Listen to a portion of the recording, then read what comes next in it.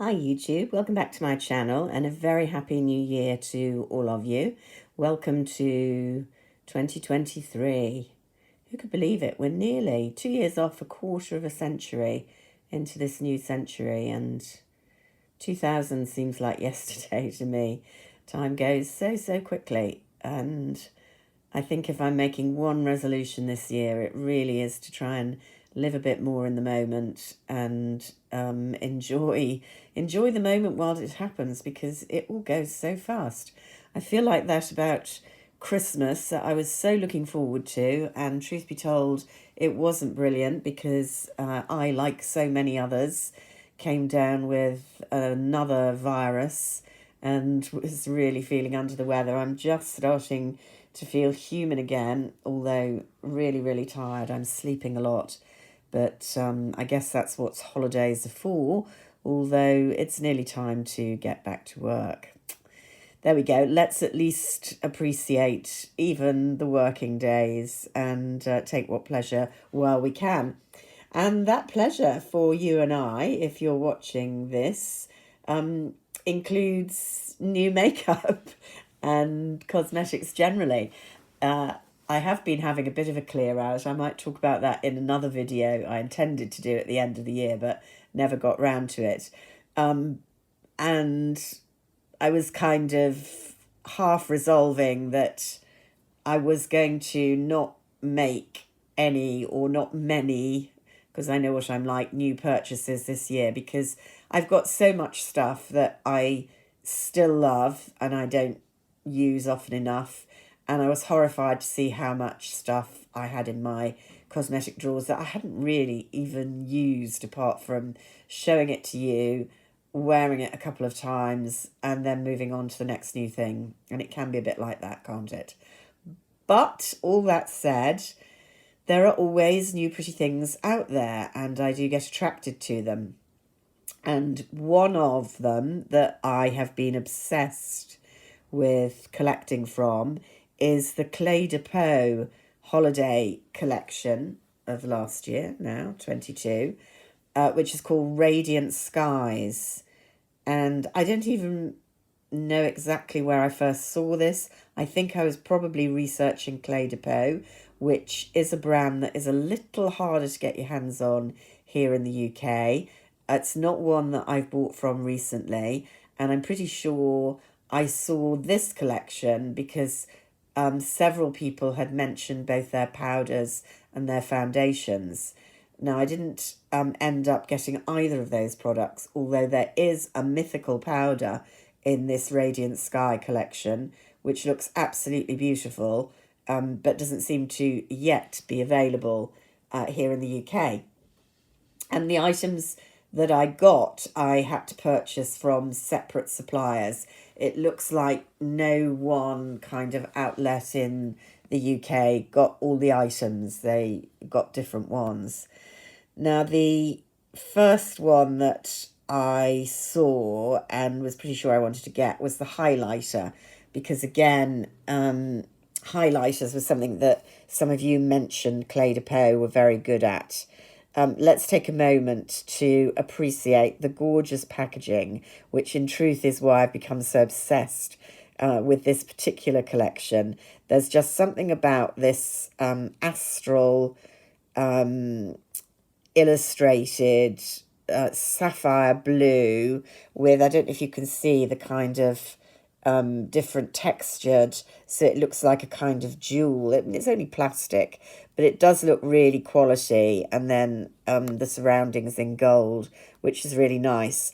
This is the highlighter. Oh, and it comes in a lovely little felt pouch, which isn't just a plain pouch. It's the matching blue with the stars on, and on the back the symbol of Clé de Peau, which is kind of quite mythical as well. And even the box is beautiful and very good quality cardboard, and beautifully packaged, held rigid inside. So this is the highlighter, which is called Shimmering Orb 105. I think they do it in this collection in two different editions, the other one being more pink than this kind of purpley one. Let's just look out the mirror for a minute. All the powders are protected by this rather awkward plastic. There we go. Little brush with, there you go, very pretty. So I went for the kind of lilac green, as kind of going with the slightly spring theme of this. This was the holiday collection, but as you'll see when I show you the eyeshadows in a moment, I think it's very spring appropriate, and that was part of what attracted me as well as the gorgeous packaging. So there's the highlighter powder. I haven't worn it on the cheeks at all yet. I've been waiting to photograph. You can see, despite those different colours, it just comes as kind of pearlescent on a finger swatch. And it's reasonably subtle, actually, but kind of light, slightly glittery, if you don't like that. So I'm looking forward to trying that. As I say, a lot of you, or several of you, let's not exaggerate, in the new year, have talked about how lovely Clé de Peau highlighters are. Jolly expensive. It's not a cheap range. Now, while I was researching that, I then saw photographs of this eye palette, which I immediately wanted, and when I first started looking before Christmas, it wasn't available anywhere. It was on the kind of wish list on Cult Beauty, and I put my name down for it. Here it is. Again, slightly different cover, as it were. You can see they're all different, all a bit astral. So this one looks like a crab, no, lobster of some sort. Gorgeous. And then this is the very spring-like palette. I'm so attracted to this green, although it might be quite difficult to wear. You know that I've gone for that in other collections, notably Tom Ford. It comes with quite nice, a proper brush, and a nice kind of sponge brush as well. Now, the gold Astral is, I think, just painted on. So again, I've been really careful until I've shown it to you. I've not even swatched, because let's face it, that's going to wipe off. But I just thought this was such a pretty colourway. So there's a gold. Ooh, it definitely wipes off. There's a slightly salmony, peachy pink. That's pretty with the gold, but I think that's just on that first swatch. Kind of aubergine. And then the green, how pretty. So, let's have a look. So, not terribly pigmented. I'd even try with the gold. That's an interesting peach, actually. That might look very pretty on the lid. If you're looking for huge pigment, you're not going to get it with that. I'll tell you what this palette reminded me of, and it's an old Chanel palette of mine, a great favourite, Delicatesse, which I think was never on general release. It was an Asia special that I somehow got my hands on, and I bring this out every spring, believe it or not, even though it's still not looking terribly worn, because I love that colourway. You've got the peach and the aubergine, very similar to our palette here. It's a more kind of pearlized silvery blue, which I love, and then a hugely useful pearly white for the insides, the corners of the eye. I love this palette, and I bring it out every spring. Might use that today, actually. No, I need to try this Clé de Peau Beauty.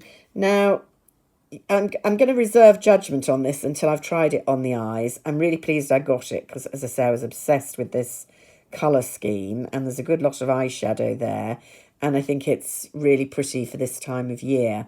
But I'm not overly impressed with the level of pigmentation. That said, that's not always a priority for me. We'll see what it looks like on the eye. It's expensive. I think that was £70.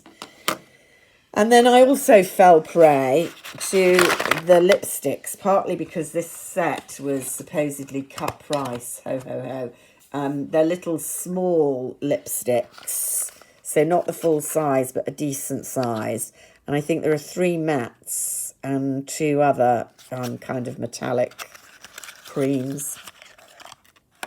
They're all different, the illustrations on them, which, you know, truth to tell, is the great secret of this collection for obsessives like me, because we kind of want to collect all the different ones. So I haven't worn these either. Look at this one. There's a real Medusa there with her snakes in her hair. So it's kind of a mixture of Greek myth, zodiac,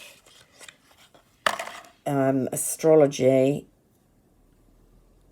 Don't know who that is. That's God of War. I'm not very good on my Greek mythology. But these are all like little works of art, really, to have in your handbag. Here we go. There's old Pegasus, the flying horse. So, what have we got? Oh, dear, I can't read these at all. This is called Legend of Rouge. So, this is going to be the bright red, I'm guessing. Yeah, so there you go. So, you can see they're a decent kind of trial size, but not full size, which, to be honest, is good enough for me because I never get to use a full lipstick. And I'm likely to do so with the red. That's a nice moisturising red. I wouldn't call that matte. I would call that a satin, which suits me. What else have we got? Sorry, I'm going to have to get this nearer to me. This is Triumphant Tawny. So a nude, I'm guessing. Yeah.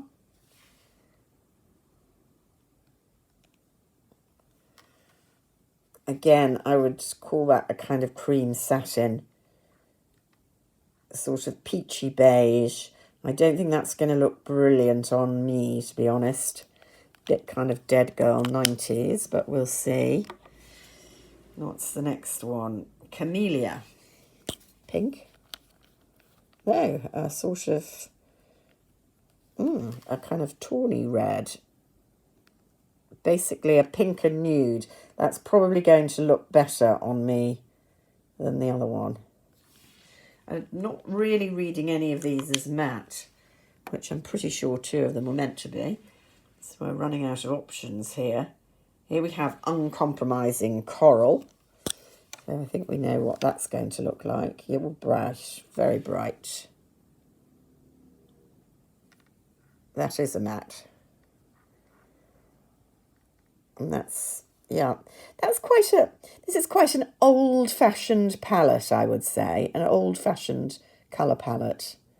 Not really the 20s. Am I wrong? Interesting. I think Clé de Peau, probably because of the sheer price, apart from anything else, is going to appeal to an older demographic. Sad to say, I'm in that demographic now. So the final one is Pink Honeysuckle. So here's the pink I've been looking forward to. And again, I'd say that was a fairly dated pink. And that's the other matte. So there we are. There are 2 mattes and 3 satins, although this one is close to a matte. That looks a bit dry on the hand, but it might look pretty on. I do like an old-fashioned coral, it has to be said, although it's a bit bright for the moment. So it'll be interesting to see how the lipsticks work out. Interesting to see how all these products work out. I am on the waiting list for the infamous powder, but it's so expensive. and I really don't need another powder, that I think probably I have satisfied even my craving for this beautifully, beautifully packaged collection. Let's be honest, what the Great Attraction is. Let me know what you think. Do any of you get obsessed with the aesthetics of particular collections? Do any of you get obsessed with the difficulty of getting your hands on certain pieces? Because I think that makes me almost more determined, if anything. Anyway, love to know what your New Year resolutions are, if any, and wishing you all the happiest, healthiest of 2023 in the year coming up. Until next time, bye for now.